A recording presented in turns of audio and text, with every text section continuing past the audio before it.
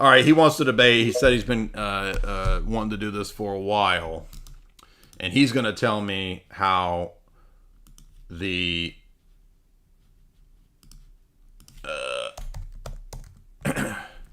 Lumen Gentium and Nostra Aetate make perfect sense because it's the same God. It's one God. And my response, go ahead, Catholic Primer, if you want to unmute. Do you know what the quantifier shift fallacy is? No, I'm not. I'm not familiar with that. Yeah, can you go ahead and explain? So what? I'm not trying to be mean, but like, why would you want to come debate it if you're not even familiar with the fallacy that I always point out is the fallacy here?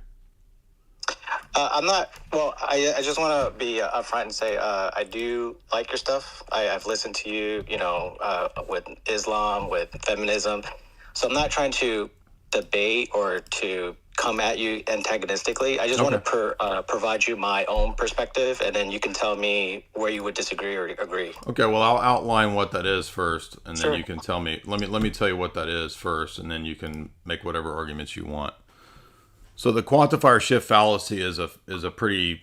It's maybe not that well known because it doesn't come up a lot. But basically, the idea is it's a fallacy that has to do with grammar and referent. So, for example, if I say that I have one mother, I come from a mother. You have one mother, you came from a mother. Everyone I know comes from one mother. Therefore, we all come from one mother. So you notice that the reason it's called the quantifier shift fallacy is that the referent originally is to an individual's mother, and then the word one mother is being shifted to then refer to everyone in the world having one single mother, the same mother. So likewise, in the domain of religion and philosophy, if you read Dr. Garaby's paper, Theistic Fallacies, he outlines many of these that undergird natural theology. And one of those is the quantifier shift fallacy that you believe in one God, I believe in one God, therefore we believe in the same God. But in the system, there are certain attributes that if you remove those attributes that are essential to God, it's no longer the same referent, even if the same word is used. Just think about Mormons. Mormons say, I believe in a divine Son of God named Jesus. Therefore, we have the same Jesus. No, we don't, because the Mormon Jesus has excluded certain essential qualities that pick out the same Jesus that we refer to as Christians. Therefore, Nostra Aetate is making the quantifier shift fallacy that because Muslims believe in some attributes that pick out a single monotheistic deity identified supposedly as Abraham's God, it's therefore the same God. But that's false. I agree with you. Like, if you explain it that way, yes. If that's I've the always fallacy, explained it that way, and so I don't understand how you would then say... What I understood from your comment the other day was that you had a way to explain that Nostra Aetate can work because Muslims and Christians, quote, believe in the God of Abraham. No, they don't. Okay, can I explain to you my perspective? Go ahead. So, ontologically speaking, I do believe that the Allah of the Quran and the God of the Bible are two different gods, right? They have completely different qualities. They behave differently morally. I believe that Muhammad probably had some sort of demonic experience. It wasn't really God speaking to him or Gabriel. Ontologically, I do believe that they're worshiping a false god. But if I were to ask a Muslim, do you believe that you are worshiping Satan? Or do you believe that your God is different from our God? In their mind, they believe that they're worshiping the same God. So? Right? And they just think that we have it wrong. So? And right. In the same way as we believe that they have it wrong. So the analogy that I try to use is, let's say, we're talking about Michael Jordan. And then you say, oh, yeah, the guy with 5 rings. Like, you got a fact about him wrong. But then I try to correct it. No, he actually has 6 rings. Right? We're trying to refer to the same person. Yeah, even but if again, one of us gets it wrong. The reason this doesn't work is that that's a false analogy, because in the case of certain reference in intentionality, you might be able to intend the same deity. And if Nostra Aetate or Vatican II or Lumen Gentium only kept it at that's what they believe, you might be able to make the text work. The problem is that that's not all that it says. It actually says that they do adore the same deity that we do. The one they do adore. It doesn't say they think they adore the one God. It says they do adore the one God, living and subsisting in himself, merciful and all-powerful, the creator of heaven and earth. They take pains to submit to his his inscrutable decrees, just as Abraham. So in Right, but sentence, but let me we finish. In sentence 2, 1 and 2 of Nostra Aetate 3, there is no qualification that what has been said so far is merely their intention or their perception.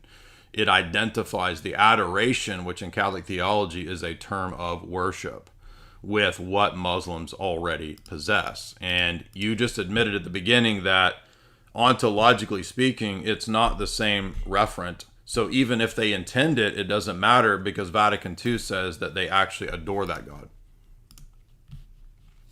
Okay, you finished? Yeah.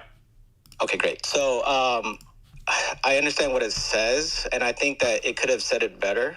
But I also want to focus on what. Wait a minute. Why are you able to say that infallible dogmatic decrees from the Vatican could be stated better? Like, I'm not. I'm just let me you explain just said myself. it could be better. So are you more competent than the papacy? No, I'm not. Well, you just said it could be stated better. So in this case, you are, right? No, I just want to explain myself before you. You just said it could have been stated better, meaning that you are more competent in this matter. How is that not the case? Okay, then can I retract it and then just go into what I want to say then? Yeah, but for the sake of the audience, the paper that I'm referring to that I recommend people read, which deals with all of these terrible arguments, is called Theistic Fallacies by Dr. Gareby, Gereby, right here. So if you do want to go deeper into this argumentation, I'm not meaning to be rude to you, Catholic Primer, but this paper takes on Swinburne and other pretty popular proponents of Thomistic natural theology. Go ahead. Okay, so what that paper says, it doesn't say that they're ontologically the Nostra Aetate. It doesn't say that they're the same God. It just says there are certain attributes that they listed that were similar. Self-sustaining. No. That's not what I read. What it says. It says they adore the one God. Adoration in Catholic. It's not correct. In Catholic theology, adoration is a term of worship. Well, that's correct. They believe that they adore the one God. No, that's not what it says. The qualification that their perception is later on stated to be about the faith of Abraham. It does not say that until later on. It says, just as Abraham, who the faith of Islam takes pleasure in linking itself, submitted to God. The first sentence and the second sentence are about what they get correct. They do adore the one living God, and this is precisely why your papacy prays in the mosques towards Mecca. Okay. I'm trying to express myself, but you're interrupting me at every point. No, because literally the thing you just said is the first thing that I covered. I knew you were going to say, well, that's just from their perspective. It's just saying what they think. That is not true. I just refuted that. The first frickin' thing I said, they adore the one God. The qualification doesn't come until the next sentence later on. But it doesn't say that the one God that they adore is the same as our God. Yes, it does. They adore the one God. You're lying. It doesn't say they're ontologically the same. It doesn't have to, because it says they adore the one God. You're being dishonest. It says that they believe that Jesus is not God either. What does that have to do with this? It's this phrase. It says that Jesus is not God. So what? This is the problem phrase. All that means is that they're contradicting themselves. We know that Muslims don't believe in Jesus as God. So what? What does that have to do with this? It's not true that they adore the one God. That's false. Okay, so then let me clarify then, because I think that whenever we say the same God, I think that it requires too much unpacking.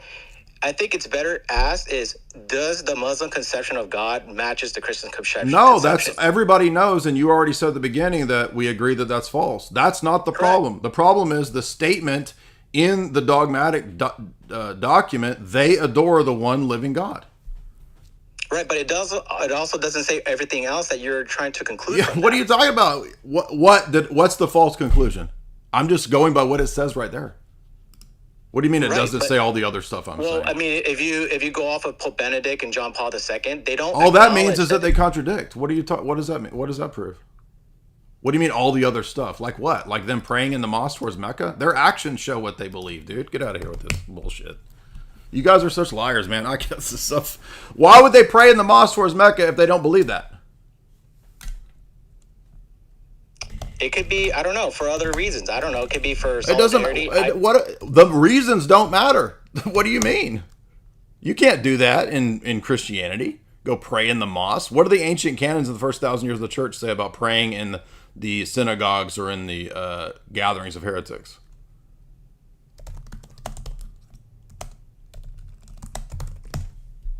Hello? Yeah, it probably doesn't allow it. Or probably, correct. It says that you're excommunicated if you do that.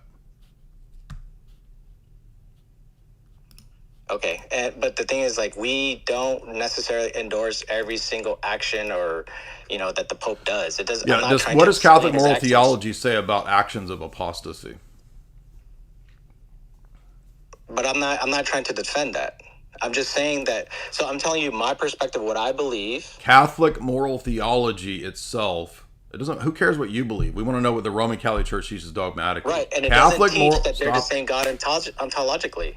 It doesn't matter because why are you lying? It doesn't matter. No, it doesn't. That has nothing to do with whether this phrase is false. But does it teach that they're the same? It doesn't matter. I know that. See, it doesn't matter. Look, do you understand that you're arguing against something that's not my argument? My argument is that your documents contradict. So when you go to another place where it says, "Well, they admit that Jesus isn't God," that doesn't address my argument that the documents contradict. The phrase that they adore the one God itself is flat out false in Catholic theology in your system. It doesn't work. It's not possible. Why do you think in the Middle Ages the popes would call it an infidel demonic religion and there should be crusades in the Middle East against the Muslims, to now saying they adore the one God living and subsisting in himself? That's a contradiction. But is it true that they believe that? It doesn't matter. Like, do you, for the fifth time, do you understand that that qualifier doesn't come until later on after they've already made the wrong statement? It doesn't matter how you qualify it later to say that they think they have the faith of Abraham. How would you word it in a way that would sound get out of here, man. theologically correct? It's not. There's nothing theologically correct here. Except when How would you word it? Why do I have to state your position and define your stupid Catholic dogmatic nonsense for you? I'm so tired of this dishonesty with these people. And then when you go to how they act on the basis of this, again, in Catholic theology, you can't go pray in mosques towards Mecca, except that now you can, you see. So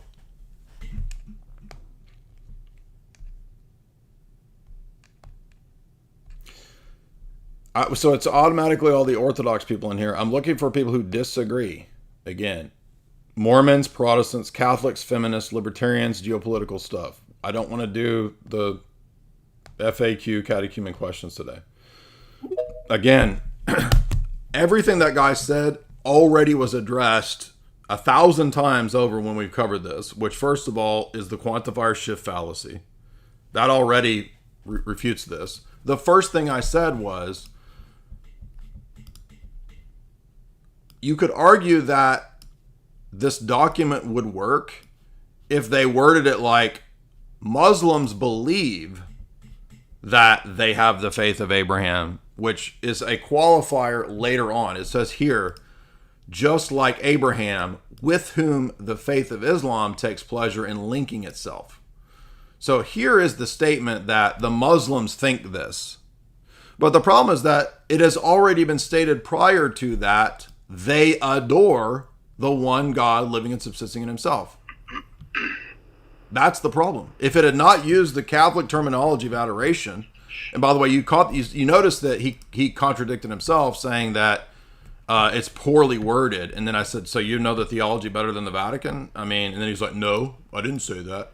So again, constant fluctuating and flipping positions, moving the goalposts, contradicting himself. This is all they ever do. Hey, by the way, yeah. The other thing too is once you understand natural theology, and I'm glad that you pointed out Garraby's paper. You can reference my paper too. That's the logical conclusion. So you can't actually be like, well, that's not really what they meant or what they said. It's like, but that's exactly what natural theology implies. So you can't have your cake and eat it too. Either they deny natural theology and that's not what they meant, or in that sense, they're actually being consistent and saying that we all worship the same God because they believe there's some generic kind of referent that can refer to. So it's just totally disingenuous. It's a total cult. Notice it doesn't matter how clear a statement comes from the papacy or anything like that. They'll always go, well, that's not what it means, and blah, blah, blah, and to save their position. Everything's evidence for their position, nothing be evidence against it, no matter how clear they actually state it. Is that not a sign of being in a cult? No, it's exactly a cult, and it's a direct contradiction to the Council of Vienne, for example, in the Roman Catholic system. So the Council of Vienne is the one that was called to deal with the Templars and the Muslims. And one of the things that it forbade was the Muslim call to prayer in any Christian nation. And it also forbade, right, the practice of pilgrimage to Muslim religious shrines in Christian-held lands. Now, I'm pretty sure, and I can get my old Roman Catholic. Let's get the Roman Catholic stuff out here on this. This is one that none of them have. So, if you really want to own the Roman Catholic apologists, one of the places to go on this is the Tanner and Alberigo Roman Catholic Decrees of the Ecumenical Councils set. It's a very expensive, very rare set put together by two Jesuits. It's the official Roman Catholic list of the ecumenical councils. And if we go to, yes, the Council of Vienne,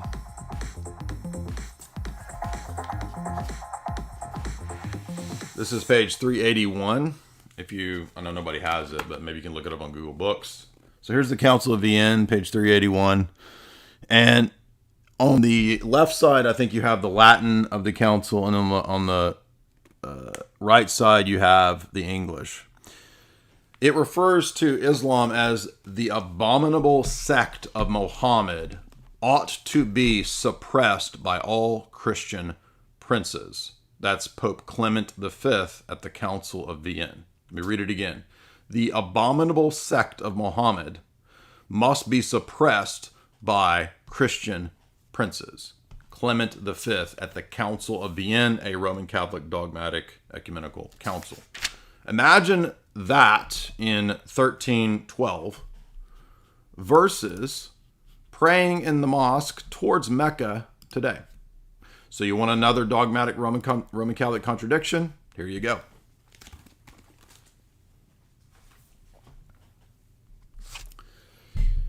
And Father Deacon, Dr. Ananias is absolutely correct to bring it back to those philosophical points too, that one of the ways that we know that what we're saying about Vatican II is correct is not just the wording of Vatican II in Nostra Aetate 3 and Lumen Gentium 16, but as he pointed out, natural theology itself. Natural theology is premised on the lowest common denominator assumption that if you get a few of the attributes right, then it's the same referent. But there's ambiguity here because even then it's still not the case. Because how do I know what the lowest common denominator of essential attributes is that tells me that it's the Christian deity? And one of the first things that Garraby points out in that paper is I could take the same argument that Swinburne makes for Thomistic natural theology, lowest common denominator generic theism, and say that it's talking about perennialism. There's no necessity to the LCD being the Christian God. Why would it not prove perennialism? And then he uses various analogies from games and logic, and particularly certain fallacies, to show that it's just like between playing poker and playing Go Fish. There's a lot of things in common. There's cards, there's rules, there's game theory, laws. There's all kinds of things in common. So does it follow from the fact that there's things in common between poker and going fish that there's a lowest common denominator game that is the underlying game that everyone plays? No. They're unique games with a set of rules and conditions that condition it to be that specific game. And they're incommensurable, even though they have things in common. Do you know what's interesting? Speaking of perennialism, because, I spoke with Dr. Garby, and he actually developed his argument critiquing natural theology when he was studying under Hicks, who's the famous perennialist. Yes, exactly. If you know. And that's what got him to think about, all of these issues, too. Also, he situates this historically after the 30-year war, when Henry Moore was basically the first instance of the term monotheism. So you have to keep in mind, too, that there's a historical and philosophical movement within natural theology for perennialism because, we're all at war, but if we can say we can worship the same God. So you can't divorce this from what the actual facts in history. It's like they've been attempting to do this for 300-400 years. Yeah, that's a great point that Dr. Branson makes, too, for monarchical Trinitarianism, which is to point out that monotheism is a recent English term. You don't find the word in the ancient church the way that it's understood now. In fact, when they talk about the one God, it's the person of the Father. So the idea that there's this equalitarian monotheism based around, medieval atomistic principles of, absolutely simple essence that's the first cause and all this kind of stuff. That's not what monotheism as a term meant, because monotheism is a late term. Yeah, I believe that it's 1698. Yeah, that's what Dr. Branson says that, yeah. But yeah, I recommend everybody read this paper. It's a bit of a challenge. If you're not into philosophy, you might find this paper to be a little advanced. But it points out, I think, in very flawless logic, that there's nothing about the assumptions of a lowest common denominator approach of attributes that necessitates Christianity. So why not be a perennialist? And if our arguments are good enough to prove perennialism or any other stupid thing like Islam, why are we using them? They're dumb arguments. It's a waste of time. Arrow became a member. What's up, man? Sam was impressed with your conversation with AP and David Wood. He wants to have a friendly conversation with William. No, I'm not interested in any conversation with him. H. Brazzi, $5. Smoke Daddy. Skittles can't help but be Skittles in everything they do. Well, that is what today's debate ended up being, was essentially, I'm going to do a little psychologizing here, a little psychoanalysis. My takeaway was that the real motivator for those two atheists was just to defend their vice. The only reason atheism matters is that Christianity is mean because it tells them that they can't put the pee-pee in the poo-poo all the time. So they have a vice, and thus they don't want that God, the real God, right, telling them that they shouldn't do that. Zalmoxis, 4 months. Benedict XVI and John Paul II and Catholic scholar Gabriel Said Reynolds all say that Vatican II teaches that it's the same God between Islam and Christianity. Well, of course it does. That's the basis for the document that Francis put out with the Imam that became the basis for the Abu Dhabi Faith Center.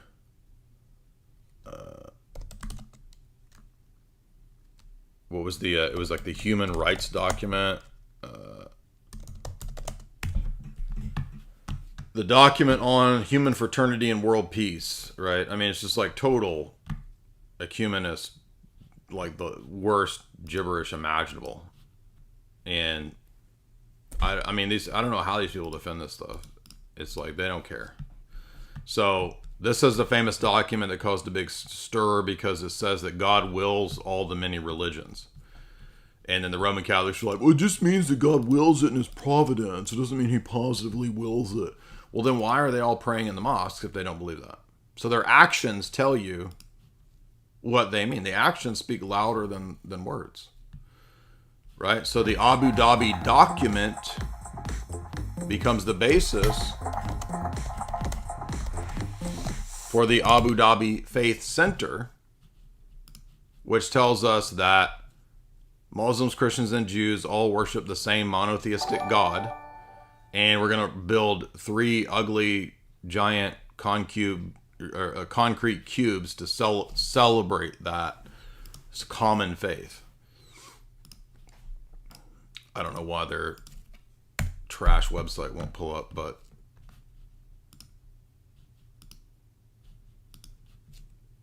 there it is. You guys remember this when they built it because we were making fun of it. And I'm pretty sure it probably has no cross, right? Because these people hate the cross. It has a menorah, though. No, here's one cross over here in the chapel. The whole premise of this is false. And the entire premise of this is Vatican II's Natural Theology in Nostra Aetate 3 and Lumen Gentium 16. And it's already open. By the way, we played the video too because it's got that creepy vibe of like 3 little kids bringing cubes together, like out of Transformers or something. I'm making a joke, but do you guys remember this? What's wild is that when we talk about this and we show you what they mean by it and how they interpret it and their actions, they don't care. They still don't care. They still act like, no, you're the problem. It doesn't mean that. You're making it up. Blah, blah. You're bad, you're bad, you're bad, you're bad. That's all they have, right? They're just like the Gaitheists that we debated today. All they said is why me and Andrew are bad. You're mean, you bully people. Bullying? What are you talking about? Remember this?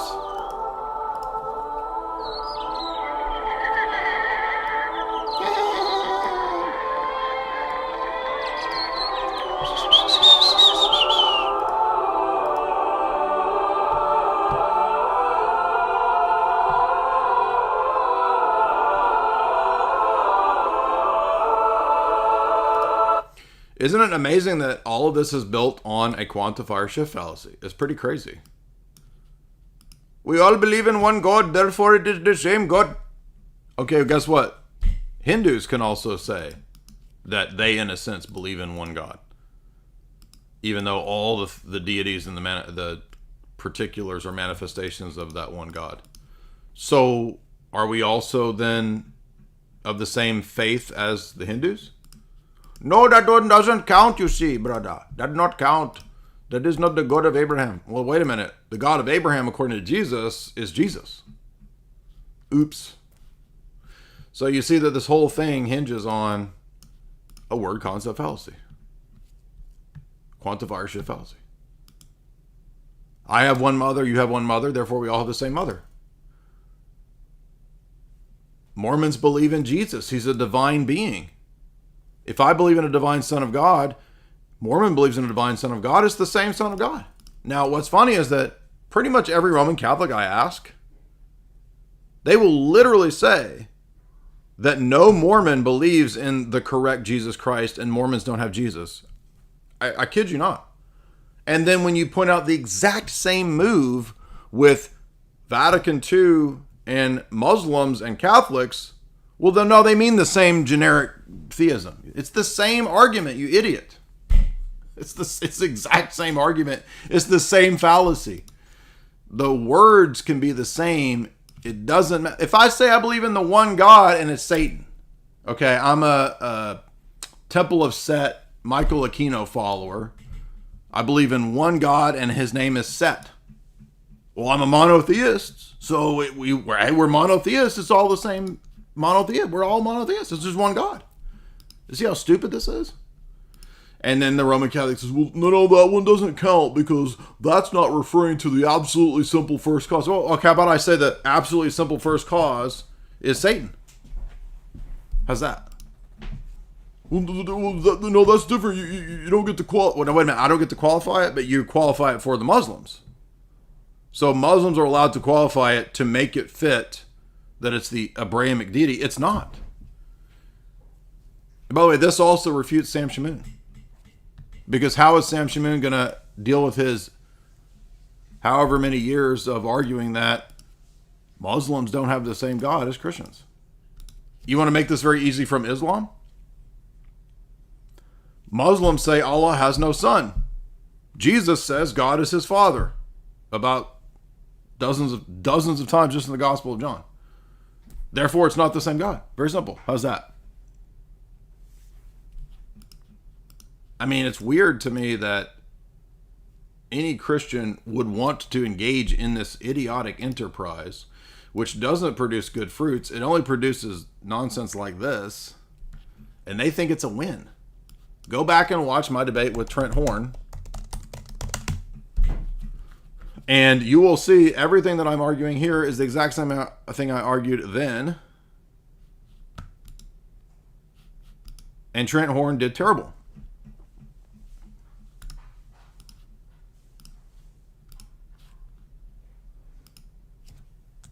All right, let's move on. We got a bunch of people calling in. This may not even be the subject. A lot of times the way I titled these doesn't even end up being the same subjects. Real Mermaid.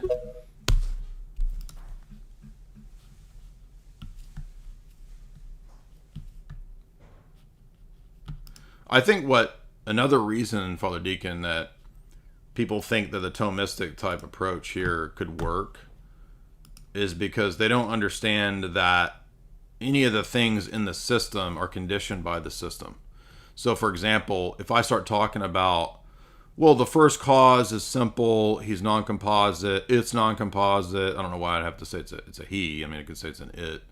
I start listing the things that I think are just obvious about the first simple cause from classical apologetics. They don't understand that, wait a minute, that's a whole metaphysical system that you're importing here.